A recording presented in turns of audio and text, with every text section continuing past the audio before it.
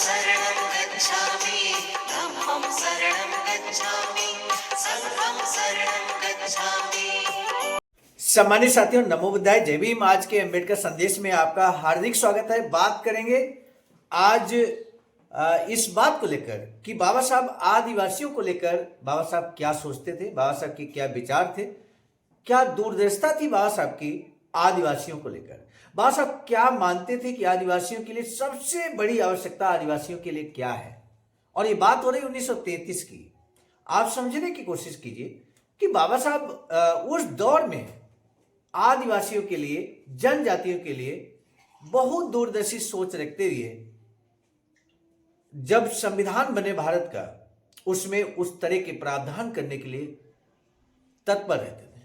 भारत सरकार अधिनियम 1935 जब बनता है, और आपको मालूम है गोलमेज सम्मेलन 1930, 31, 32 के बाद का जो घटनाक्रम है, जिस समय भारत सरकार अधिनियम बन रहा था, उस समय भारतीय संवैधानिक सुधार समिति में बाबा साहब अपने पक्ष को रखते हुए आदिवासियों के लिए जो बात कहते हैं, वो हर अंबेडकरवादी के लिए, एससी, एसटी, ओबीसी, माइनॉरिटी के लिए जानना बहुत जरूरी है।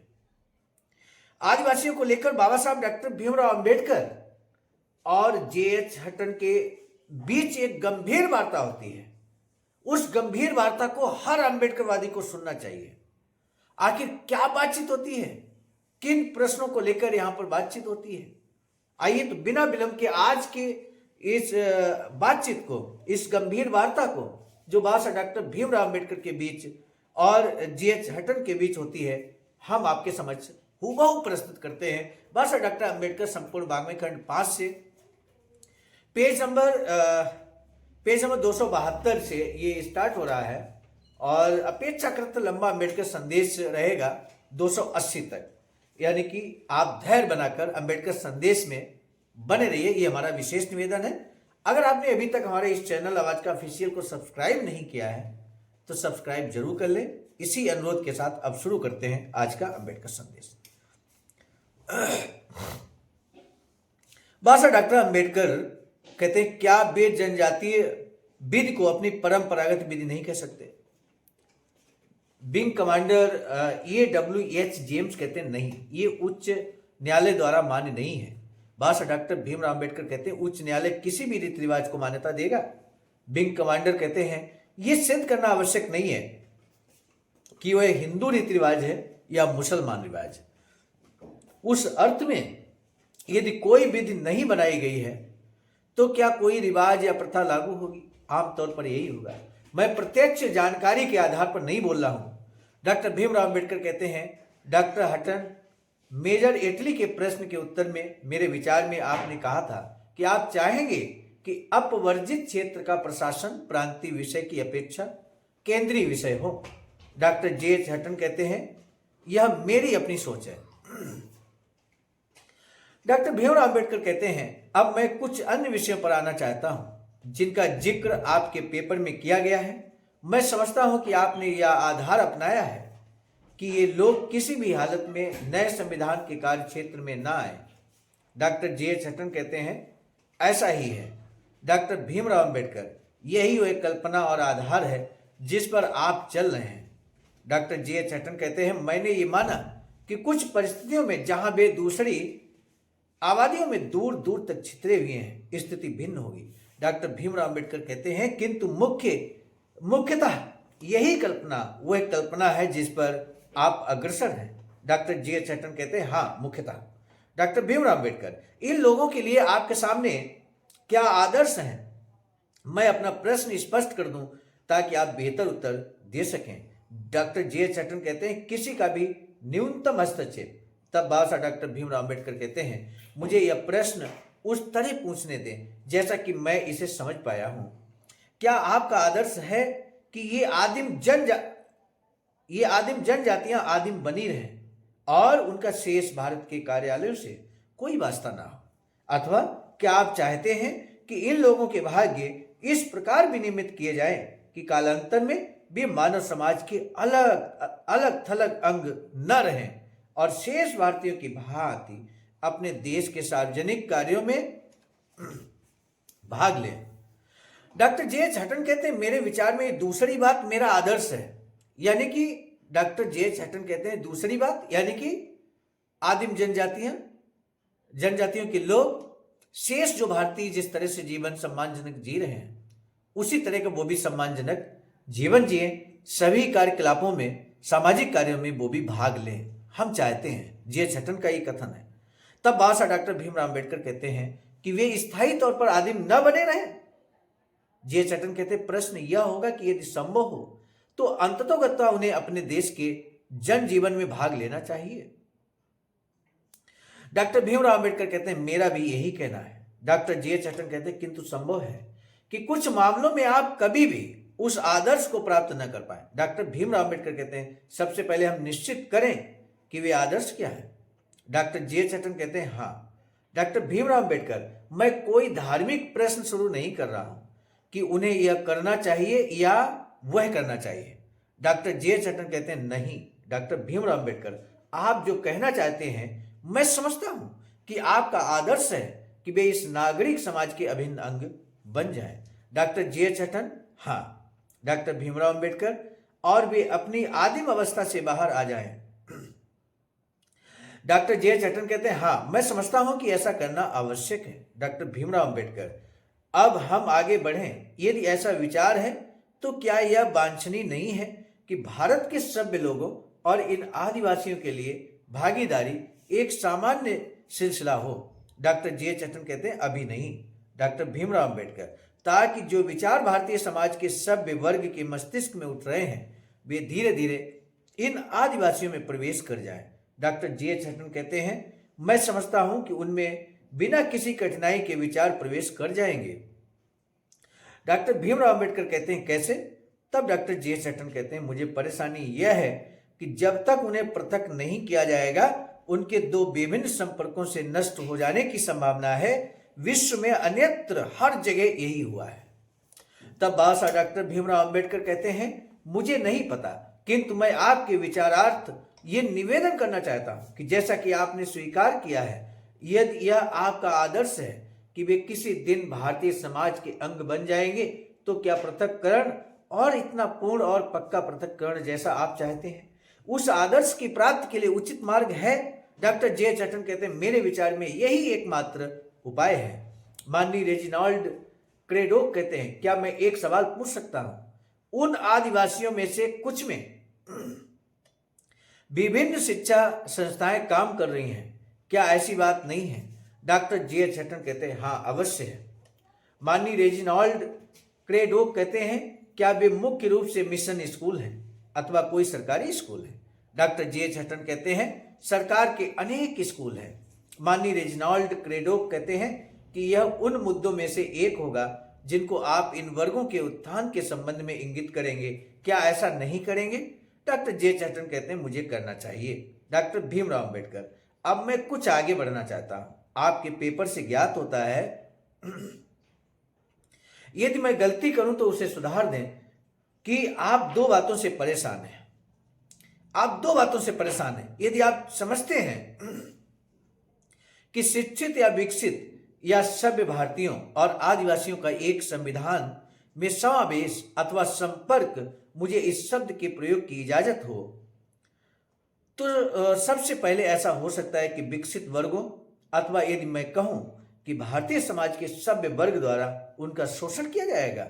Doctor JH. हटन कहते हैं हाँ डॉक्टर भीमराव अम्बेडकर, दूसरे मैं मानता हूं कि मेरे द्वारा इस प्रकार दिया सारांश सही है कि आप इस बात से भयभीत हैं कि नई परिषद में उन पर पर्याप्त ध्यान नहीं दिया जाएगा। Doctor JH. हटन कहते हैं हाँ डॉक्टर भीमराव अम्बेडकर, मैं आपसे एक प्रश्न पूछूं, मैं उनकी भूमि का मामला लूंगा। क्या यह सच नहीं है कि यह प्रश्न अर्थात जहां तक संभव हो आदिवासियों के हाथ में जमीन रखने का प्रश्न है, ताकि वे भूमिहीन मजदूरों के वर्ग में ना आ जाएं? एक ऐसी समस्या है जो भारत में अनेक कृषि वर्गों के सामने है, और यह कि उनकी सुरक्षा के लिए भी बंबई में डंकन एग्रीकल्चरल रिलीफ एक्ट और पंजाब में एलिनेशन ऑफ लैंड एक्ट जैसे अधिनियम तथा अन्य अनेक कानून पारित करना आवश्यक हो गया था। Doctor JH. हटन कहते हैं मैं जानता हूं कि ऐसे अधिनियम पारित हो गए हैं। डॉक्टर भीमराव अम्बेडकर कहते हैं मेरा सुझाव है कि यदि इन आदिवासियों को उसी संविधान के अंतर्गत लाया जाए जिसमें शेष भारत के लोग हों, तो वे साहूकारों को बाहर रखने की अपनी मांग में बिल्कुल अकेले नहीं रहेंगे और चाहेंगे कि भूमि उन्हीं लोगों के हाथ में रहे जो उस पर खेती करते हैं। और भी अनेक लोग होंगे जिनकी विधानमंडल में उसी प्रकार की मांग होगी। मैं जो मुद्दा पेश करना चाहता हूं वह यह है कि वे अलग थलग नहीं होंगे। Doctor JH. हटन कहते हैं, मुझे जो उत्तर देना था उसका मुद्दा यह था कि हलवे का स्वाद तो खाकर ही पता चलेगा। हलवे का स्वाद तो खाकर ही पता चलेगा और अनुभव से पता चलता है कि वे हमें हमेशा अपनी भूमि से वंचित रखेंगे। भाषा डॉक्टर भीमराव अंबेडकर कहते हैं, किंतु डॉक्टर हटन, क्या आप ये अंतर करने का कष्ट करेंगे कि विधानमंडल जो रचना उनकी आज है और जो कुछ समय पहले थी वैसे ही विधानमंडल होने नहीं जा रहे हैं, जैसे कि श्वेत पत्र के अंतर्गत होने चाहिए। डॉक्टर भीमराव अंबेडकर कहते हैं, आपको कुछ प्रतिनिधित्व साधारण निर्वाचन मंडल से लेना होगा जो अपेक्षाकृत गरीब वर्गों के पक्ष में जाएगा। पिछले विधानमंडलों का अनुभव इस प्रकार के मामले में सुरक्षित मार्गदर्शक नहीं हो सकता। Doctor JH. हटन कहते हैं, मैं शीघ्र ही निरापद स्थिति में होऊंगा और उन्हें अलग रखूंगा। भीमराव अंबेडकर बाबा साहब कहते हैं, मुझे नहीं पता कि आप इस बात से इनकार करने को तैयार नहीं हैं कि विधानमंडल में उनके बहुत से मित्र होंगे। Doctor JH. हटन कहते हैं, मैं ये बात नहीं मानूंगा। मुझे सबसे पहले ये बात समझाई जाए कि उनके बहुत से मित्र होंगे, वैसे ही हितों वाले दूसरे लोग हो सकते हैं, किंतु उनमें व्यक्तिगत तौर पर बहुत कुछ समान नहीं होगा। डॉक्टर भीमराव अंबेडकर कहते हैं, हाँ, किंतु जहां तक एक सी स्थिति वाले वर्ग के संरक्षण के सामान्य प्रश्न का संबंध है, मेरा यही अभिप्राय है। Doctor JH. हटन कहते हैं, मैं ये बात सोच सकता हूं कि सिद्धांत में मुसलमान किसान अपने लिए अधिकतम संरक्षण की मांग करेंगे और अपने पड़ोसियों के लिए अधिकतम असंरक्षण की मांग करेंगे। डॉक्टर भीमराव अंबेडकर कहते हैं, क्या आप समझते हैं कि विधानमंडल कहेगा कि कुछ कानून जो भारतीयों के हित में आवश्यक हैं व्यापक नहीं किए गए हैं और उन कानूनों का संरक्षण आदिवासी वर्गों को मालूम नहीं है? Doctor JH. हटन कहते हैं, नहीं, मैं नहीं समझता कि वे कहां तक जाएंगे। डॉक्टर भीमराव अंबेडकर कहते हैं, विभेद कैसे पैदा होगा? Doctor JH. हटन, मेरे विचार में आदिवासी वर्गों को आवश्यक संरक्षण प्राप्त करने में बेहद कठिनाई होगी। दलित वर्गों के पास कोई गारंटी नहीं है कि किसानों को नए संविधान के अंतर्गत आवश्यक संरक्षण प्राप्त होगा। डॉक्टर भीमराव अंबेडकर कहते हैं, बिल्कुल ठीक, मैं आपसे सहमत हूं। ये कोई संरक्षण नहीं दिया जा सकता कि अन्य वर्ग संभवतः एकजुट नहीं हो जाएंगे और दूसरे कुछ अल्पसंख्यकों को संरक्षण दिए जाने से नहीं रोकेंगे। यह आशंका जायज है, किंतु एक पक्ष की समस्त ताकतों की तथा दूसरे पक्ष की समस्त ताकतों की गणना की जाए तो जो मुद्दा मैं आपके सामने रखना चाहता हूं वह यह है कि यह आशंका है कि प्रांतीय परिषद में आदिवासी वर्गों के एक या दो अथवा कुछ प्रतिनिधि महसूस करेंगे कि वे दूसरे पक्ष की ताकतों द्वारा परास्त कर दिए जाएंगे। इस विश्लेषण में बिल्कुल भी न्यायोचित बातें नहीं है जो मैं भावी विधानमंडलों की रचनाओं के बारे में आपके सामने प्रस्तुत कर रहा हूं, जिस रूप में ये श्वेत पत्र के प्रस्तावों के तहत होंगे। Doctor JH. हटन कहते हैं, मेरे विचार में प्रजाति के अंतर की दृष्टि से कुछ स्थानों पर हर हालत में ऐसा होना बिल्कुल न्यायोचित है। डॉक्टर भीमराव अंबेडकर, पुनः शिक्षा का प्रश्न लीजिए। मुझे बंबई प्रेसिडेंसी में इन आदिवासी लोगों के बारे में थोड़ी बहुत जानकारी है। यहाँ पर पिछड़ा वर्ग है। Doctor JH. हटन कहते हैं, हाँ, मैं जानता हूँ। डॉक्टर भीमराव अंबेडकर, हम स्वयं उनसे बहुत अधिक अलग स्थिति में नहीं हैं। Doctor JH. हटन कहते हैं, मैं जानता हूँ। डॉक्टर भीमराव अंबेडकर कहते हैं, शिक्षा की दृष्टि से वास्तव में ये नहीं कहा जा सकता कि भारत में बहुत सारे लोगों को आदिवासियों या पिछड़े हुए लोगों की अपेक्षा शिक्षा की कम आवश्यकता है। Doctor JH. हटन कहते हैं, आप नहीं कह सकते कि कितनी। डॉक्टर भीमराव अंबेडकर, आप नहीं कह सकते। उदाहरण के लिए दलित वर्गों को लीजिए कि उनकी शैक्षिक आवश्यकता कम है। Doctor JH. हटन कहते हैं, आप नहीं कह सकते कि कम थी। डॉक्टर भीमराव अंबेडकर, ऐसा कोई नहीं कह सकता। Doctor JH. हटन, नहीं। डॉक्टर भीमराव अंबेडकर, मैं बंबई में पिछड़े वर्ग के मंडल में रहा हूं। भाषा कहते हैं, मैं बंबई में पिछड़े वर्ग के मंडल में रहा हूं जो दलित वर्गों और इन आदिवासी लोगों का एक मिला जुला मंडल है। जो दलित वर्गों और इन आदिवासी लोगों का एक मिला जुला मंडल है डॉक्टर जे.एच. हटन कहते हैं हाँ, कुछ मामलों में आदिवासी लोग बहुत अधिक शिक्षित हैं।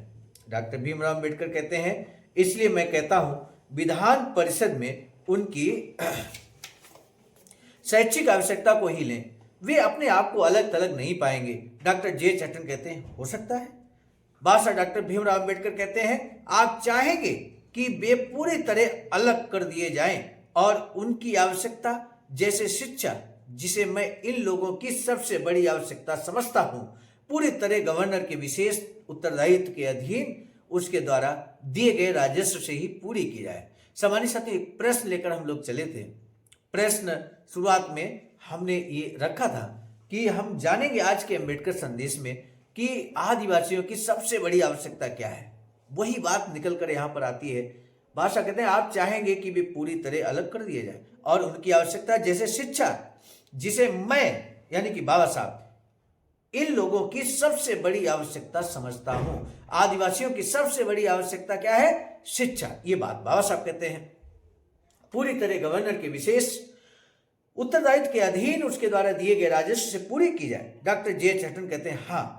डॉक्टर भीमराव अंबेडकर कहते हैं मैं आपसे पूछना चाहता हूं क्या कोई गवर्नर इस सीमा तक उपबंध बनाएगा कि जो कुछ उसके विचार में आदिवासी वर्गों की शिक्षा के लिए पर्याप्त राशि है, यदि उसके मंत्री उसका समर्थन नहीं करते हैं तो भी वह उपलब्ध कराएगा? Doctor JH. हटन कहते हैं यह एक भारी कठिनाई है। डॉक्टर भीमराव अंबेडकर मैंने जो बात आपसे पूछी है, यदि उसमें कुछ सार है तो क्या वह वांछनीय नहीं होगा कि इन लोगों के भी कुछ प्रतिनिधि विधान परिषद में होने चाहिए, जिससे कि मंत्री उनके मतों पर निर्भर रहें और उनकी आवश्यकताओं के अनुकूल काम करें। Doctor JH. हटन कहते हैं एक या दो मत से किसी मंत्री पर प्रभाव नहीं पड़ेगा। डॉक्टर भीमराव अंबेडकर कहते हैं मेरा अभिप्राय एक या दो से नहीं है, संख्या छोटी हो सकती है, किंतु यदि यह मान ले कि विधानमंडल में उनका पर्याप्त प्रतिनिधित्व होगा तो क्या मंत्री उनके मतों पर निर्भर नहीं करेगा और इसीलिए क्या वह उनकी आवश्यकताओं के प्रति अधिक अनुकूल रुख नहीं अपनाएगा? बाबा साहब बहुत स्पष्ट है। शिक्षा का मामला जो है, बाबा साहब चाहते हैं कि किसी मंत्री के अधीन रहे जो जनता का प्रतिनिधि होगा। जनता का प्रतिनिधि होगा तो स्वाभाविक है जनता की बात करेगा, लेकिन जब गवर्नर के हाथ में चला जाएगा तो गवर्नर शिक्षा पे हो सकता है उस तरह से ध्यान ना दे जितना दिया जाना चाहिए। बाबा साहब का तर्क आप कैसा मानते हैं? जायज, सही या गलत? आपकी भी तो राय आनी चाहिए। बाबा साहब इस बात को स्पष्ट करते हुए कहते हैं अब डॉक्टर जे.एच. हटन कहते हैं सिद्धांत रूप से, लेकिन व्यवहार में नहीं, उनकी संख्या बहुत कम होगी। डॉक्टर भीमराव अंबेडकर कहते हैं राजनीति में एक मत से भी पासा पलट सकता है। साथियों, आपको याद होगा कि एक बार अटल बिहारी वाजपेयी की सरकार एक वोट से गिर गई थी। ये बाबा साहब का कथन है। एक मत, एक वोट की कीमत बाबा साहब ने समझी मेरे साथियों, और इसलिए हर एक वोट को लेकर बाबा साहब बहुत ही गंभीर हैं और इसलिए कहते हैं कि राजनीति में एक मत से भी पासा पलट सकता है। ये बात बाबा साहब कहते हैं। लॉर्ड यूस्टेस पर्सी कहते हैं मैं समझता हूं कि डॉक्टर हटन की सिफारिश यह थी कि उन्हें न केवल प्रांत के बल्कि गवर्नर के भी कार्य क्षेत्र से अलग कर दिया जाए और यह कि वे केंद्र से प्रशासित हों। क्या बात ऐसी नहीं है? Doctor JH. हटन कहते हैं यही तो वो बात है जो समग्रता मुझे पसंद है। पूरी तरह अपवर्जित क्षेत्र के लिए श्वेत पत्र के प्रस्तावों के मामले में मैंने ये बात अपने ज्ञापन में कही है, जिसमें गवर्नर जनरल अभिकर्ता के रूप में कार्य करता है। श्वेत पत्र प्रस्ताव समाधानप्रद है। मैं ये नहीं कहता कि मुझे ये पसंद है। लॉर्ड यूस्टेस पर्सी कहते हैं मैंने छोटे छोटे राज्य स्थापित करने के आपके प्रस्ताव का आशय ये समझा है कि जहां तक संभव हो यह काम केंद्र का ही हो। Doctor JH. हटन कहते हैं निश्चय ही मेरा आशय यही था कि जहां तक संभव हो केंद्र यह काम करे। डॉक्टर भीमराव अंबेडकर कहते हैं उस स्थिति में भी मैंने जो आलोचना की है वह तब भी उतनी ही लागू होगी जब यह विषय केंद्रीय बना दिया जाएगा, क्योंकि गवर्नर को प्रजा के प्रशासन के लिए आवश्यक धनराशि प्रमाणित करनी होगी और यदि केंद्रीय सरकार के मंत्री उस धनराशि को खर्च करने पर आपत्ति करेंगे तो भी मतभेद तो होगा। ये केवल प्रांतीय क्षेत्र से केंद्रीय क्षेत्र में हस्तांतरित हो जाएगी। डॉक्टर जे चटर्जी कहते हैं मैं ये मानता हूं कि मंत्री का इसमें कोई दखल नहीं होगा। बाबा साहब डॉक्टर भीमराव अंबेडकर कहते हैं किंतु मेरा मुद्दा यह है कि मंत्री का दखल होगा क्योंकि खर्च के लिए अन्य विरोधी दावे भी होंगे और मंत्रालयों से ये आशा नहीं की जा सकती है कि वे आदिवासियों में रुचि लें जो विधानमंडलों के अंग नहीं है। डॉक्टर सफात अहमद खान कहते हैं क्या विधानमंडल में आदिवासी लोगों के प्रतिनिधि साधारणता दलित वर्गों के लोगों से मिल नहीं जाएंगे? डॉक्टर भीमराव अंबेडकर कहते हैं मुझे ऐसा लग रहा है और इसीलिए उनके बहुत सारे मित्र होंगे। डॉक्टर जे चटर्जी कहते हैं मैं नहीं समझता कि उससे प्रतिनिधित्व में प्रभाव पड़ेगा। डॉक्टर भीमराव अंबेडकर कहते हैं यदि आपकी तरह मैं अपने आप को निराश महसूस करूं तो मुझे तुरंत ये कहना चाहिए कि मैं इस संविधान को बिल्कुल भी नहीं चाहता। डॉक्टर जे चटर्जी कहते हैं किंतु आदिवासी जातियों के लिए मैं ऐसा नहीं मानता। मेजर एटली कहते हैं मैं नहीं समझता कि साइमन कमीशन ने वनों के बारे में आपके दृष्टिकोण के अनुरूप भी कोई सिफारिश की थी। डॉक्टर जे चटर्जी कहते हैं नहीं, मैंने अपवर्जित क्षेत्र के आर्थिक प्रशासन के लिए उसे एक सुझाव के रूप में प्रस्तुत किया था। इससे पहले कि हम आगे बढ़े बाबा साहब की इस बात को क्लियर कर दें। बाबा साहब की ये बात जो है बहुत महत्वपूर्ण है।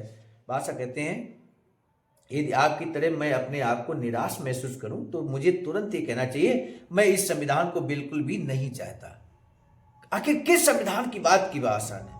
वो संविधान जो भारत सरकार अधिनियम 1935 बन रहा है, उस संविधान में आदिवासियों के लिए शिक्षा का जो अधिकार है या SC ST वर्ग के लिए जो शिक्षा का पूरा संपूर्ण अधिकार है उसको गवर्नर जनरल को यहाँ पे सौंपा जा रहा है।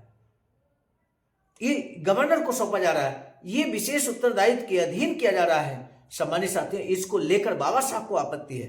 बाबा साहब चाहते थे कि किसी मंत्री के अधीन ये शिक्षा का मंत्रालय होना चाहिए, गवर्नर के अधीन नहीं होना चाहिए। ये बात बाबा साहब कहते हैं। और जब मौका मिला बाबा साहब डॉक्टर भीमराव अंबेडकर को संविधान बनाने का, बताइए मेरे साथियों इस समय शिक्षा मंत्री होते हैं कि नहीं होते हैं? शिक्षा मंत्रालय बनाया गया कि नहीं बनाया गया? शिक्षा मंत्रालय को पूर्व में मानव संसाधन मंत्रालय कहा जाता था, वर्तमान में शिक्षा मंत्रालय अलग कर दिया गया है। तो ये देखा जाए तो बाबा साहब के संविधान जब बाबा साहब ने निर्मित किया मेरे साथियों, वर्तमान में जो भारतीय संविधान लागू है, तो उस संविधान के जरिए बाबा साहब ने वो व्यवस्था कर दी। भारत सरकार अधिनियम 1935, चूंकि सब कुछ तो बाबा साहब के हाथ में नहीं था, लेकिन आप जिस तरह से देख रहे हैं यहाँ पे डिस्कशन जो बाबा साहब का है, डॉक्टर जे चटर्जी के साथ जो बात हो रही बाबा साहब की, तो आप देख रहे हैं किस तरह से बाबा साहब पुरजोर कोशिश कर रहे हैं कि भारत सरकार अधिनियम जो बने वो बाबा साहब चाहते हैं कि वो उनके मुताबिक बने। कोशिश की है बाबा साहब ने, भरपूर कोशिश की है। आप महसूस कर रहे हैं, आपने अंबेडकर संदेश अंत तक वाच कर रहे हैं, इसलिए आप महसूस कर रहे हैं। डॉक्टर जे चटर्जी कहते हैं नहीं, मैंने अपवर्जित क्षेत्र के आर्थिक प्रशासन के लिए उसे एक सुझाव के रूप में प्रस्तुत किया है। लॉर्ड यूस्टिस पर्सी कहते हैं कदाचित डॉक्टर हटन इस कठिनाई को सुलझाएंगे क्योंकि मैं ये नहीं समझता कि पूरी तरह अपवर्जित क्षेत्र क्या है जिसमें प्रांतीय वन अधिकारी और प्रांतीय वन नीति प्रभावी रहती है। डॉक्टर भीमराव अंबेडकर कहते हैं मेरे विचार से क्षेत्र अपवर्जित नहीं है, लोग अपवर्जित हैं। और इसको लेकर बाबा साहब के प्रश्न को लेकर कहते हैं डॉक्टर जे चटर्जी कहते हैं नहीं, क्षेत्र अपवर्जित है जैसा कि मैंने श्वेत पत्र में पढ़ा है। क्या श्वेत पत्र में पूरी तरह अपवर्जित क्षेत्र की कोई परिभाषा दी गई है? और यहीं पर ये वार्तालाप जो है समाप्त हो जाता है। और इसके बाद अगला जो वार्तालाप होगा जिसको अब हम आपके समक्ष रखेंगे अगले अंबेडकर संदेश में, हाउस ऑफ कॉमन्स के सांसद माननीय विंस्टन स्पेंसर चर्चिल CH की बात करेंगे। बाबा साहब के बीच जो वार्ता होती है भारतीय संवैधानिक सुधार समिति के तहत, उसकी बात विस्तार से करेंगे। आज के अंबेडकर संदेश को रोकने से पहले महत्वपूर्ण प्रश्न है, आदिवासियों की सबसे बड़ी आवश्यकता क्या है बाबा साहब के अनुसार? बाबा साहब आदिवासियों की सबसे बड़ी आवश्यकता क्या मानते हैं, ये आपको बताना है मेरे साथियों। अंत तक आपने अंबेडकर संदेश को वाच किया, इसके लिए हम कितना धन्यवाद दें, शब्दों में बयां करना बहुत मुश्किल है। फिर भी आप सभी को बहुत बहुत साधुवाद, इस उम्मीद के साथ कि आप अंबेडकर संदेश को शेयर अवश्य करेंगे उन साथियों तक जो बुद्धिजीवी हैं, जो चाहते हैं कि बाबा साहब के द्वारा किया गया संघर्ष, बाबा साहब के द्वारा लिखा गया साहित्य उन तक जरूर पहुंचे, वो जरूर कुछ ना कुछ सुने, जाने, समझे। और हम सभी साथियों का आभार व्यक्त करते हुए आज इजाजत लेना चाहेंगे। नए अम्बेडकर संदेश के साथ मिलते हैं, तब तक दीजिए इजाजत। आप सभी को सादर नमो बुद्धाय, जय भीम। नमो बुद्धाय, जय Bhim. Like, subscribe, comment, share जरूर करना प्लीज। यूट्यूब प्ले बटन आ जाए। Thank you. सामान्य साथियों, हम एक महत्वपूर्ण बात बताना उचित समझते हैं। बाबा साहब की अधूरी इच्छा के अनुरूप एक वैचारिक सेंटर निर्माणाधीन है सारनाथ वाराणसी में, जहां पर 14,000 स्क्वायर फीट जमीन परचेज कर ली गई है ring road, green city, Faridpur, Sarnath में। वैचारिक सेंटर के प्रशासनिक ब्लॉक का निर्माण कार्य कंप्लीट हो चुका है। शानदार बेहतरीन प्रशासनिक ब्लॉक का निर्माण पूर्ण हो चुका है। आगे अब मुख्य भवन को बनाने की बारी हम सबकी है और इस हेतु आप दिए गए अकाउंट नंबर पर अपना अमूल्य योगदान कर सकते हैं। आज का अम्बेडकर संदेश हम लेकर उपस्थित हुए थे मिशन नायक बुद्ध मित्र मुसाफिर सर, राष्ट्रीय अध्यक्ष आवाज का नई दिल्ली की प्रेरणा में, और प्रस्तुतकर्ता के रूप में मैं स्वयं सर्वजीत आर्य, राष्ट्रीय मीडिया प्रभारी, IIT सेल आवाज का नई दिल्ली। मिलेंगे नए डॉक्टर अम्बेडकर संदेश में, तब तक दीजिए इजाजत। आप सभी को सादर नमो बुद्धाय, जय। सामान्य साथियों, यदि आप हमारे इस चैनल आवाज का ऑफिशियल, जिस पर नियमित सुबह 5 बजे डॉक्टर अम्बेडकर संदेश आपको मिलता है, आप हमारे इस चैनल को सपोर्ट करना चाहते हैं तो हमारा आपसे निवेदन है कि आप हमारे इस चैनल को सब्सक्राइब कर लें, वीडियो को शेयर, लाइक, कमेंट जरूर करें।